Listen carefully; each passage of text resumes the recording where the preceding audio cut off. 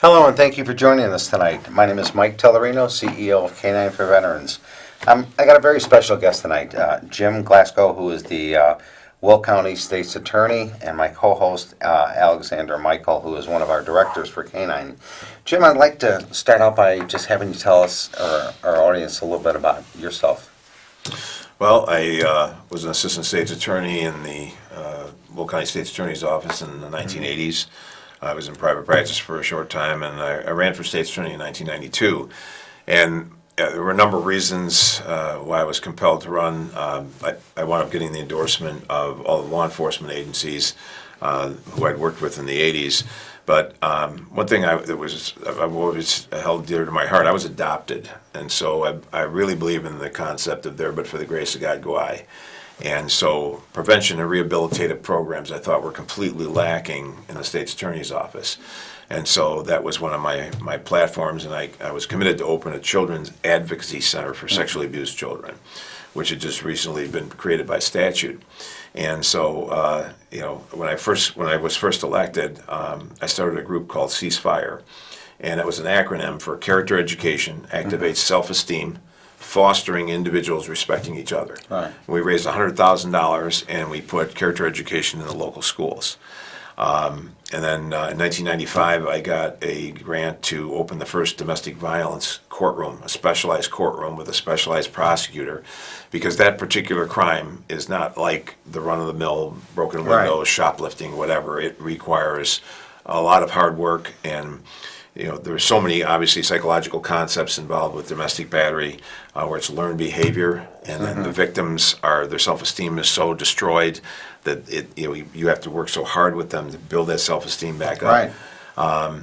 Rachel Mercado was a victim out of our domestic violence court, and we added torture to the aggravated battery statute as an enhancing factor because she had been beaten with a metal rod for 24 hours, almost died of shock. Wow, terrible. And when she first came in, she told the counselors, I deserved it. And then she went through the counseling and found out that she was actually a very intelligent young woman. And she testified for me before the Judiciary Committee in Springfield in support of the bill, which passed. Can I ask you something about that? Yes. Do you find that the children often are sometimes even the bigger victim in cases like that? Absolutely, on a number of different levels. Either they become perpetrators or they become future victims. Right. And we're working on a program right now with Groundwork where we want to offer a victim of domestic violence, basically we're going to hold their hand for the first year with lodging, educational track, transportation, daycare, and a job. Wow. And those are things that if you just tell them this is what you need to do, they're incapable.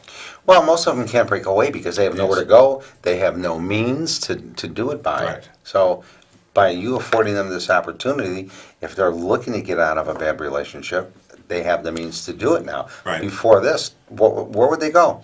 But the abusers usually control everything financial. The Right. bank accounts are in their name, the Right. house is in their name. That's what I mean. Where would they Right. go? And even though through a divorce, if they had the ability to do that, it takes time to get all those financial But things you're straightened out. providing it now. We're looking to provide it right out of the box, and with Rachel Mercado, she was fortunate. Once her husband was sent to prison, her mother lived in the area, so she watched her 3 children. She went through nursing school. She's now a nurse. God bless her. So but not everybody has a mom that can watch the kids, so we've got to fill that void. And then provide, a secure housing, and that's where Groundwork comes in. They've got federal grants for that, Right. and so we're really anxious to see how that's going to work. Are you originally from Illinois, Jim? Yes, I was born in Chicago Right. at St. Vincent de Paul Orphanage, Oh, okay. and I was adopted at birth, and so I was extremely fortunate. My adoptive father, you ever heard of the IMRF retirement fund? No, I can't say Well, that. it's a retirement fund for all municipalities, counties throughout the state of Illinois. And when my dad died, he was the director of that fund, and I'm in that fund. Oh, okay. So I mean, you talk about strange coincidences, Yeah. but my adoptive parents were fantastic, and Right. it's sad. Many times, adoptive parents are better parents than natural parents because they fight to get the To child. have the child, right. Yes. That other people sometimes take for granted. Right, absolutely, and we're here to talk about specialty courts here tonight, Yes. and and we talked about the Pause for Kids program that I started in 2012. That I found really amazing. I don't recall seeing that anyplace else. Well, I think maybe there's some of the other counties have dogs in their child ed center now, but we started in 2012, and it was neat because my administrative assistant was training dogs to be leader dogs for the blind, and one of her dogs kind of flunked out because he had a penchant for squirrels, and yet he was trained to be a service therapy dog, and that's Jackson, and so he came in and was the first dog at our child ed center. And we now have four service dogs working in the office, in both at the Child Ad Center and in our specialty courts.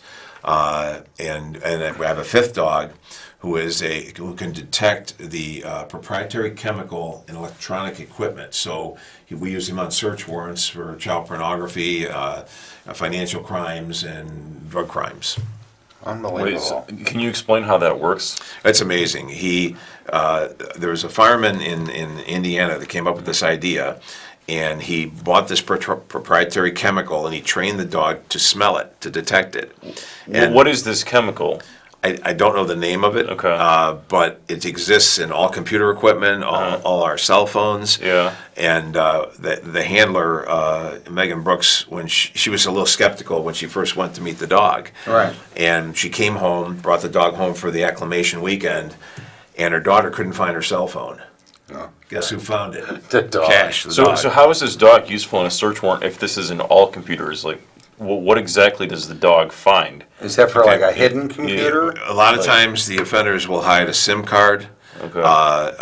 What's the thumb Hard drives? drive? Okay. Hard drives. We had a search warrant in Kankakee. The police went in, couldn't find anything. They brought cash in.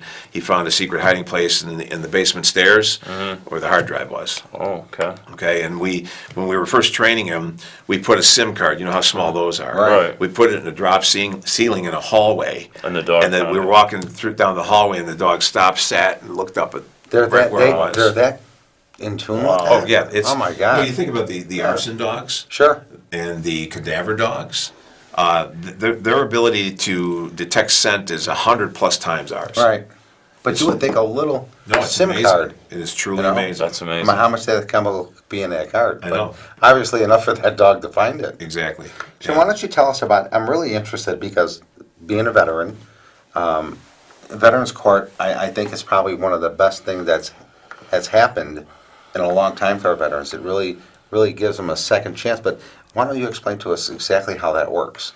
Well, and I got to start with drug court. In 1998, I wrote our initial drug court grant, and the court opened in 2000.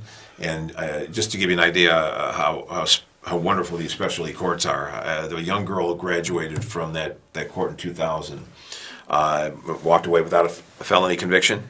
She went to college, she went to law school, became a lawyer, and I hired her as a prosecutor in the office of the Is that prosecutor. because of the Veterans Court? Or Oh, because of the drug court. Drug court. But the drug court was the foundation Right. for the veterans courts. And initially, in many counties, when they would start a veterans court, it would be an offshoot of the drug court because all the lateral support was already there. And in 2012, I brought a petition in Will County to the chief judge asking to start a veterans court in Will County. And obviously that sailed through. And No Judge- opposition? no, Judge Kinney was the chief judge at the time, and the court's been doing wonderful work ever since. We have 25 veterans in our veterans court today that are going through the process, and obviously one of the big carrots that we can put out there to urge people to get involved in the court is that if you're facing a potential felony conviction, depending on your background, you can walk out with a dismissal of your charge. And start new. But they have to complete, what, certain requirements for them Yeah, to get there's through that course? all the different counseling that's mandated. If there's medication that is necessary, that you learn to use to manage your condition. Obviously, PTSD is a new frontier for psychologists and psychiatrists. And obviously, we were talking before we came on here about all the genetic differences that we as human beings have. But we're working with specialists that are helping these veterans get through this difficult time. And the one thing, my father spent 4 years in the European theater in World War II. And he was in the Army Air Corps, and the bases he was at were always under fire. And so he used to, we would sit with a map when I was a little kid, and he would show me the various places that he was and describe the things. And he was in Germany when the surrender happened. So I learned a lot about that. When I was in college, the draft ended as I graduated, and then I went on to law school. But I always admired my father for what he did. I mean, his life was on the line the entire time, and we all know World War II was the the war of all wars. If we hadn't won that, we wouldn't be sitting here. Alex, as an attorney yourself, Veterans Court to you, what is that? How would you represent that to one of your clients? Well, I mean, I've never had the privilege of working in Veterans Court. However, if I had a client come to me and want to go through that process, first of all, violent crimes, as far as I understand, are excluded from this.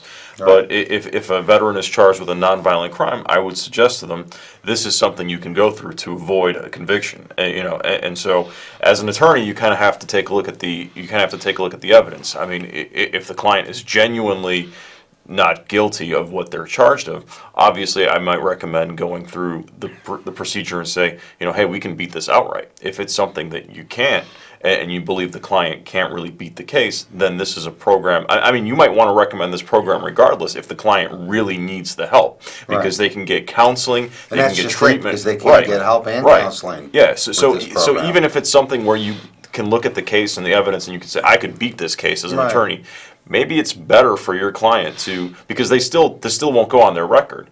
So, for their long-term health, because it can prevent them from coming back to court, should they do something else again, because we all know how deadly PTSD can be in terms of the psychological effects in committing crime and the risk of recidivism with PTSD. Jim, I talked to so many veterans, and I was explaining the program and how it works. They were they can't even believe that, that there's a court like that now, that are taking in consideration their PTSD now. I mentioned, we have a number of specialty courts. We have the drug court, the mental health court, the veterans court, and then the Redeploy Illinois court. And so we have support staff for all of those courts.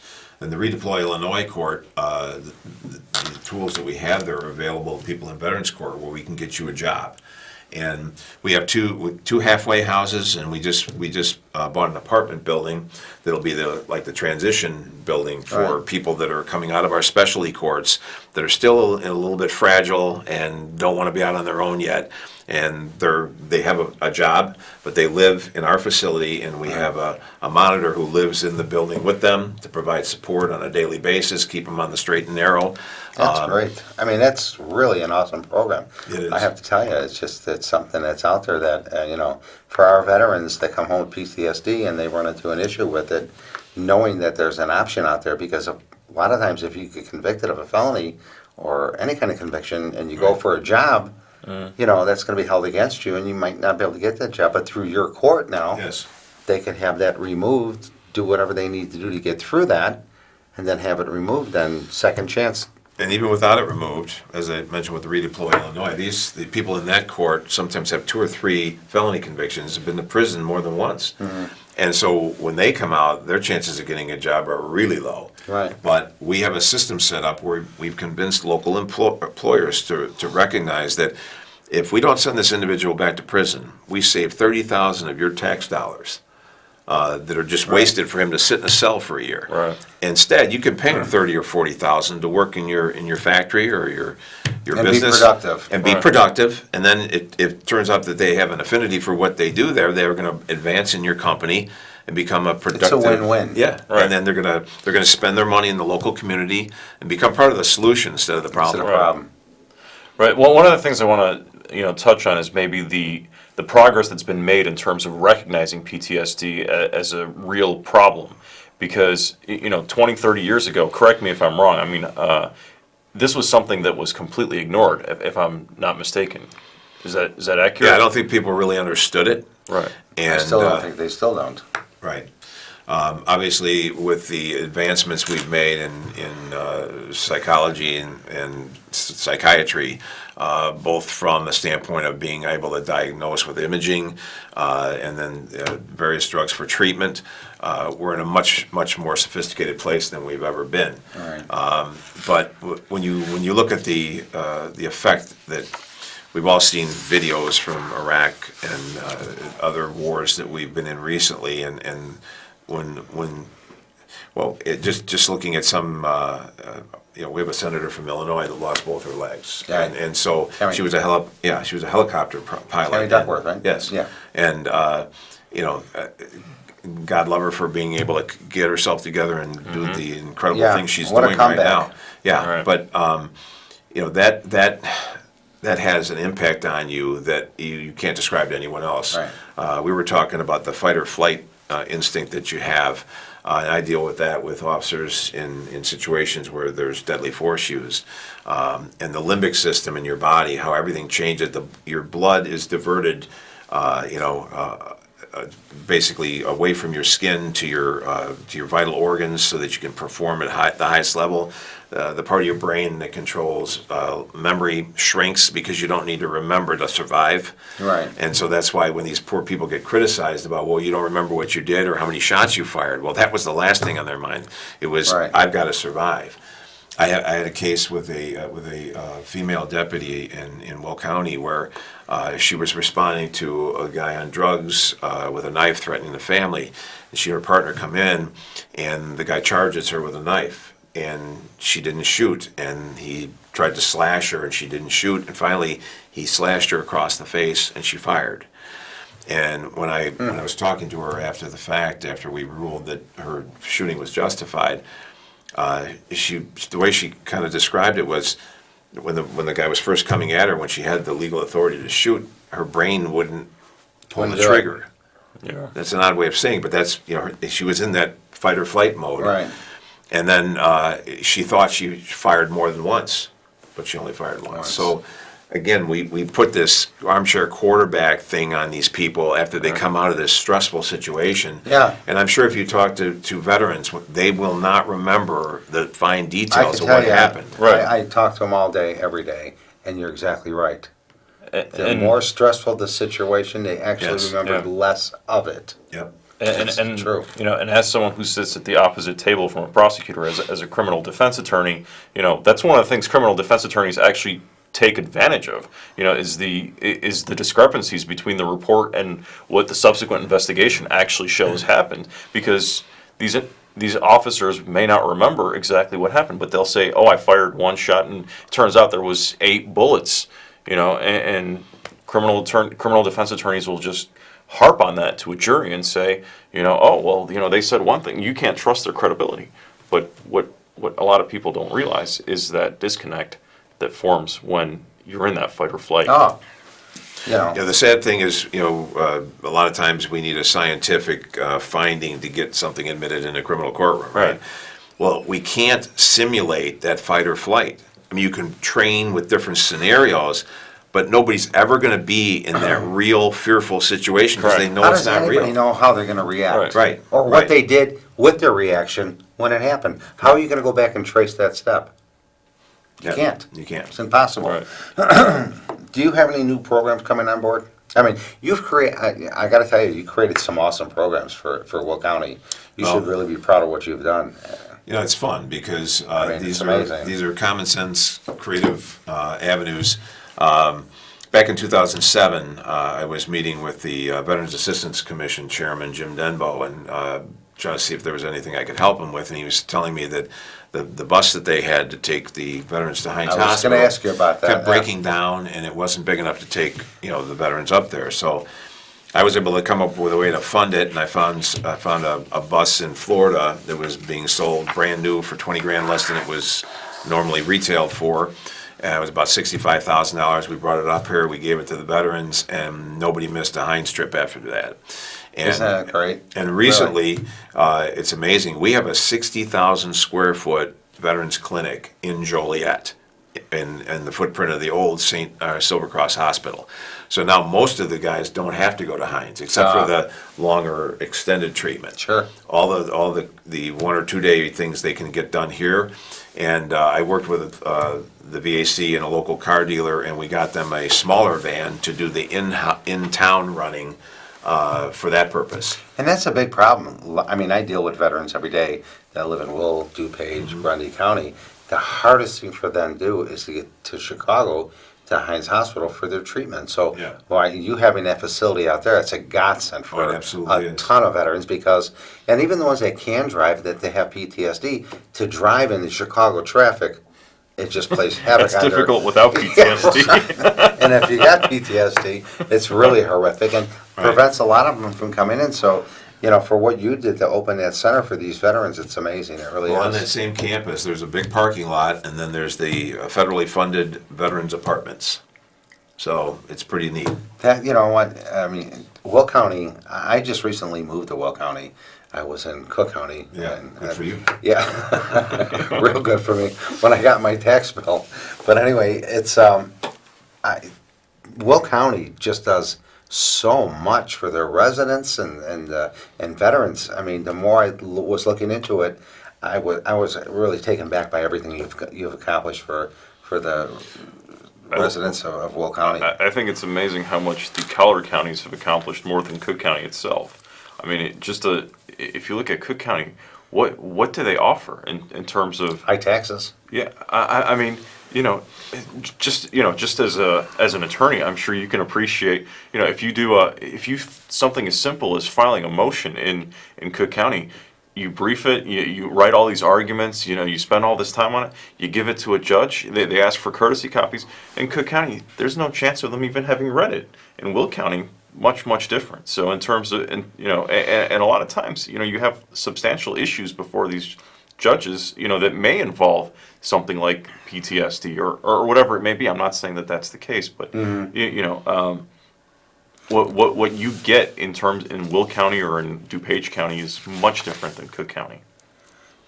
I just find it amazing. I'm just looking at your list of programs that you created in Will County. I mean, it's just you got everything here. What's the gang prosecution? I was reading a little bit about that. Well, Then I want to ask you about our dog program because that's got my interest. right, we're working on some issues with the gangs, but when I first got elected in '93, the gang shootings were almost one a day in Will County, and they had been going up about 50 a year as I was coming into office, and so I appointed somebody to head up my internal gang unit, and we started working with the local police, and we sat down, we figured out who were the shooters. And we made cases on about 47 of these gang members. And on December 7th of 1993, we went out and did a sweep. And we swept, in 2 days, 47 guys off the street. I think we had one shooting in the next 3 months. Really? And that sweep made Peter Jennings' World News Tonight, because that's back when the gangs first started to really explode around the country. And people were, law enforcement was kind of taken by surprise. Right. And that just worked overnight. And so right now we're facing a different situation with gangs. We don't have the large, well-known gangs anymore. They've splintered into like one of those main gangs is now 12 little gangs. They're smaller And factions. there's nobody really in charge, and they're Which is more chaos because of right. But we've had a few more shootings. However, they don't hit anything most of the time. So I was It's good or bad shots. my investigator and I went down to a local church to get an award for our child ad center, and we drive up this one street, and 10 minutes later, 17 shots were fired in the location I just drove through. Oh man! And but nobody was hit. Thank God. But again, that's not to be trifled with, because there's a lot of innocent people that can be struck by those shots. Look at And- Chicago. Yes, and we've Innocent got people every week. Another failing of Cook County. Jim, tell me about this animal cruelty. This is. That's one of the reasons when we met at the Yes. dedication, you were there, we were talking about this. That's really, Can we show a picture of this adorable Sure. Yeah. dog? Yes.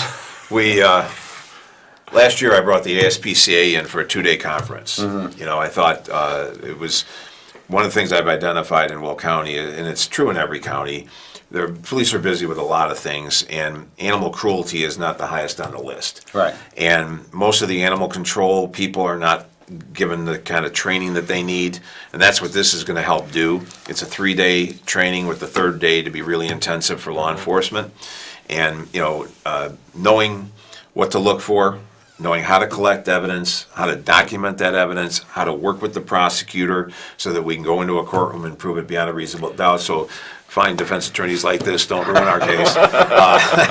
But again, if we put, as you well know, if we put our case on properly and we're ethically, legally, and morally on the right ground when we go in there, we should win, right? And my job is to make sure you get all the discovery and that you can do whatever you can. But in many cases, after you see that, you'll plead. You'll look for a deal. Is there much of a problem with this out there? In every county, there's animal cruelty that goes unreported every single day. Really? We had the Pause on 66 rally where all the rescues and the Humane Right, I was Society there. every year come together in downtown Joliet. And one of the first people I talked to was a young lady who just started her own rescue. She's been doing it for 2 years. She has a full-time job elsewhere.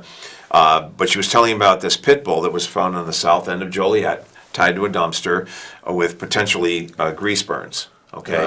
Now somebody thankfully called that dog in, and Joliet PD came out. They did some initial inquiries, but they took the dog for treatment, and then she got it. She took it off of government's hands, and is using her 501c3 to help treat the dog and nurse it back to health.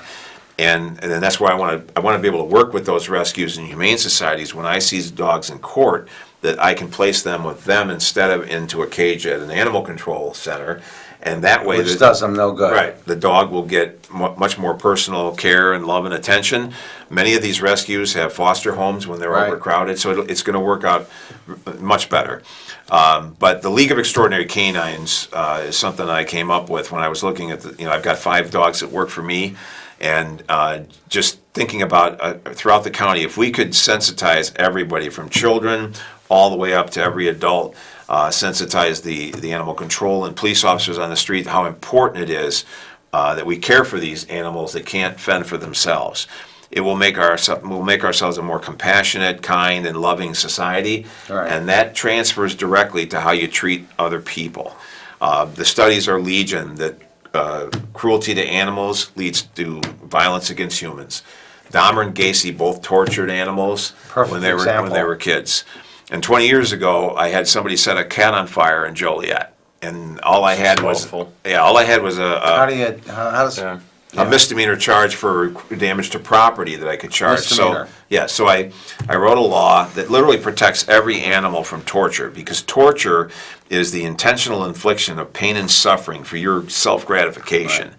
And that's a real sickness. My statute provides for a mandatory psychiatric evaluation upon conviction. I like that. How do you enforce something like that? So where do you get the information that someone is torturing an animal? Do you mind if I ask that? Let me just take the case that I took to Springfield back then. This guy set this cat on fire and then was watching it running around on fire, laughing. Outdoors? Outdoors, and the neighbor came out and dove on the cat and was able to put the fire out. And ironically, Dr. Schild, who's now the head of animal control for Will County, worked with me as a veterinarian Right. and nursed that dog back to life. You mean and the- and that cat survived. Right. And but again, there was no greater example of torture than setting an animal on fire. Yeah. So how would we have found out about that had that person done that inside? So if no neighbor was there to Yeah, see again, it, obviously, what can be done? What do you think?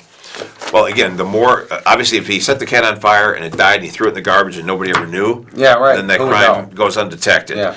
But the more that neighbors and people are aware that if they call the right It's like people, just seeing a things will crime and happen. report it. People get frustrated if they call the police and they don't do anything and nothing But you happens. can't do it if you don't report it. What about Right. like pet registration? Would that kind of go some way to help prevent something like that?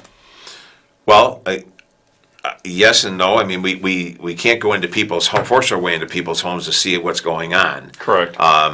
But neighbors would know, if an animal's missing or whatever, they could make a phone call. Again, so many times dogs and cats are left outside in Right. really hot weather, really cold weather. Right. They're suffering, Correct. and nobody does Well, anything about it. It's a shame, it really is. We're gonna wrap things up. We just got the Okay, high sorry. sign. Yes. That's okay. Jim, I can't thank you enough for being here tonight. I've been looking forward to your appearance since Well, I we just want to throw talked. in real quick, what you did in Shanahan with the Forgotten Warriors, that people need to go to Shanahan, Illinois and see this memorial.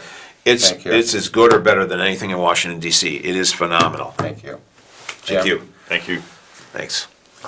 Thank you, Thank you, Mike. sir. Thank you.